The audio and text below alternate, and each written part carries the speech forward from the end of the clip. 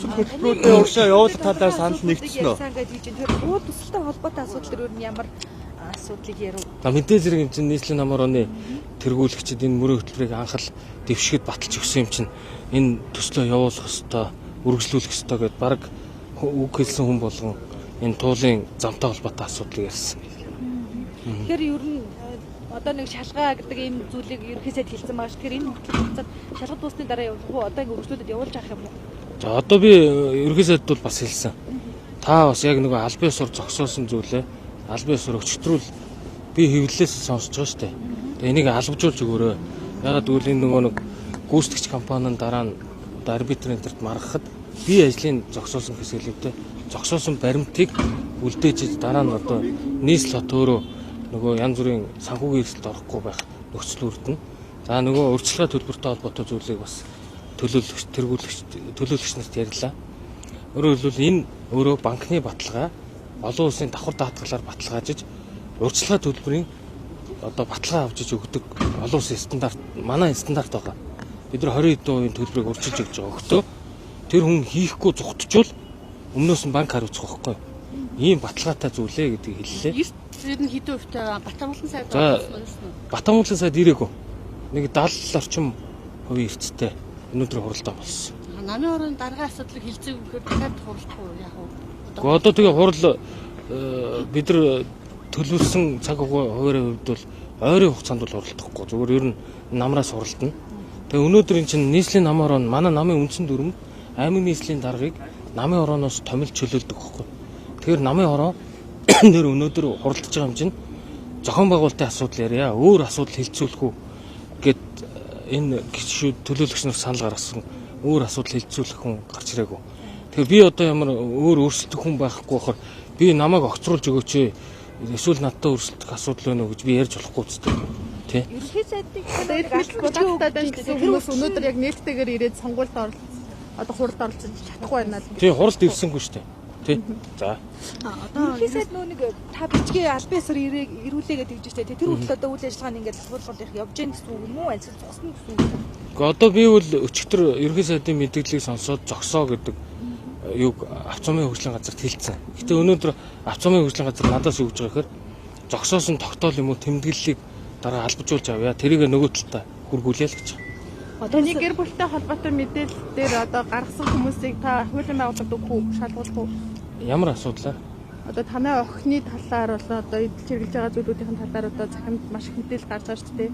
Ингээд таны хувьд бол одоо бас ус төржүүлж гэнэ гэж хэлжсэн. Үнэхээр бодтой биш бол хуулийн байгууллага тэр юу нь бодтой байдгүй нохоод хижээдэг нохоод хар нялхаас нохоод гөлөг байхаас нь хижээсэн үн чинь тэр бодтойс тэр чинь өөрөө юуны нохооны тийм жерки хийж тэр групп дээр зардаг тэрийг сурчилдаг тэр ч одоо тийм хориотой юм уу жерки хийж хатаасан мах хийж савл зардаг тэр групп дээр нь байгаа шүү дээ. Тэгээ тэрийг өөрөө сурчилж инста дээр хүмүүс хувцсунаар өөрөө өмсөж зардаг үстэй тэрнтэй адилхан тэжээж байгаа нохооныхоо хоолыг ийм хоол одоо нохооны эрүүл мэндэд нь сайн би ийм жерки зардаг гэд өөрөө худалддаг энэ 5 сард болдог цэцэрлэг түрээлэн нохооны үзэсгэлэн дээр очиж өөрийнхөө нөгөө нохооны хоол молоо зардаг тийм л ажил. Тэр тийм хууль биш юм уу?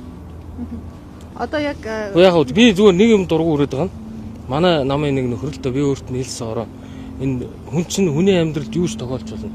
Эрүүл мэндийн хувьд тийм сайнгүй дөнгөж цэхэнээс гарч яхад нь тэр ингээ явуулж байгаа байхгүй. Тэгээ одоо өнөөгөө ингээ намайг босгоход өдрө болго эдэрч одоо тэгээд би хэлсэн шүү дээ ирээд авъя гэвэл энэ хурлаа ээ.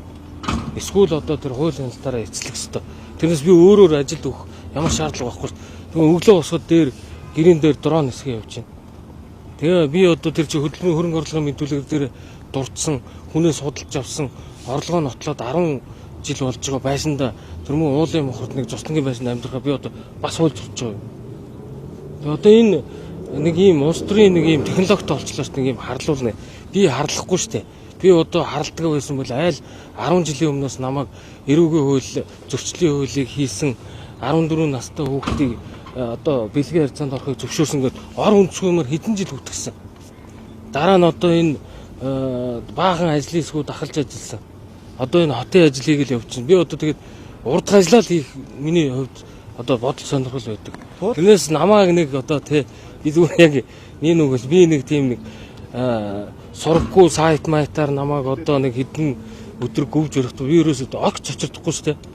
Тэр би одоо энэ хүмүүст хэлмээр байгаа энэ мөнгөө өрөөл одоо тэгээд нэг хэдэн хүн төлбөртөө жагсаагаад би одоо тэр юмнаас ичихгүй одоо энэ нэг хоёр төцний эмэгтэй түрүүн бухимдаад л ах шиг л одоо би уулзсан.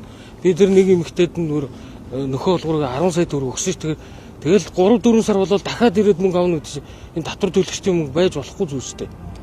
Хуулийн урдны замыг зогсоосон энэ шин тойрог замын төсөлт ер нь удаашгүй бусад төслүүд ер нь тэр хоёр чинь нэгдэж л явах юм чи ийм колцоо болно шүү дээ. Тэр чинь туулыг зогсоол тэр хойдлогыг хийх ямар ч хэрэггүй л шүү дээ. Гэтэ яалтч одоо туулын хурдны зам гэдэг нэрээр иргэд одоо байр суурь илэрхийлэх хэрэг нь нээлттэй шүү дээ. Тэгэхээр та сая хурдлаар ярьж байгаа ч байсан. Ер нь ингээд сайн шалгуулад ингээд мэдээлэл нэлтод байх хэрэгтэй гэж тэмээ. Тэгэхээр иргэд одоо бас буруутгад байж болохгүй. Тэгэхээр одоо ерөнхий сайдын тусаж байгаа асуудлыг тийм ээ одоо буруутгахгүйгээр ер нь энэ асуудлыг ингээд айл талдаа ойлголттойгоор ажиллаар нь явуулах хэрэгтэй юм шүү л гэдгийг одоо шаарддаг шүү дээ. Би ерөөсөө чиний асуусан асуултыг ойлгов. Би буруутгах нэг юм би шалгуулъя гэсэн. Бүр сайн шалгуулах хэрэгтэй, удаан шалгуулах хэрэгтэй гэсэн. Тэг би чиний асуулт ерөөсөө логикийн хувьд харахгүй. Би бүгдийг шалгуулъя гэж байна. Төлөвтэй жагсаж байгаа иргэдээ нийтээр хэлчихээр иргэд тэнд ингээ бухимдаад байна л хүн байгаа шүү дээ. Тэгэхээр нийт чи иргэдийг төлөөлөхгүй за олсон бошоо. За баярлалаа.